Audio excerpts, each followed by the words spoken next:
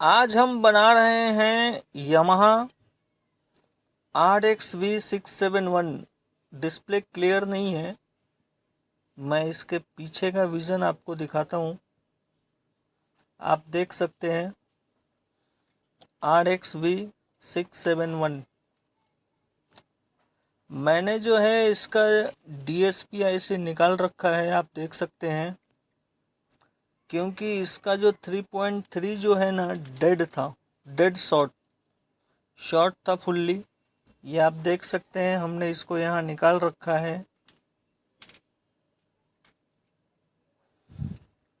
हमने इसका जो है DSP से सोल्डर कर दिया है, न्यू वाला अच्छे से फिटिंग कर दिया है।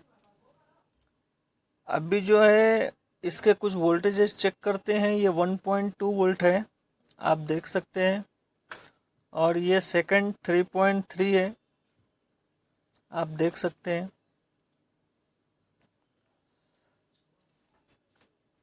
ऑल ओके है, आप देख सकते हैं। हमने इसका DSP से चेंज किया है, साथ ही साथ इसके पीछे बैक पोर्शन में रैम IC आती है, उसको भी चेंज किया है। देन इसका साउंड जो है वर्किंग है। हम आपको थोड़ा सा म्यूज़िक सुना देते हैं।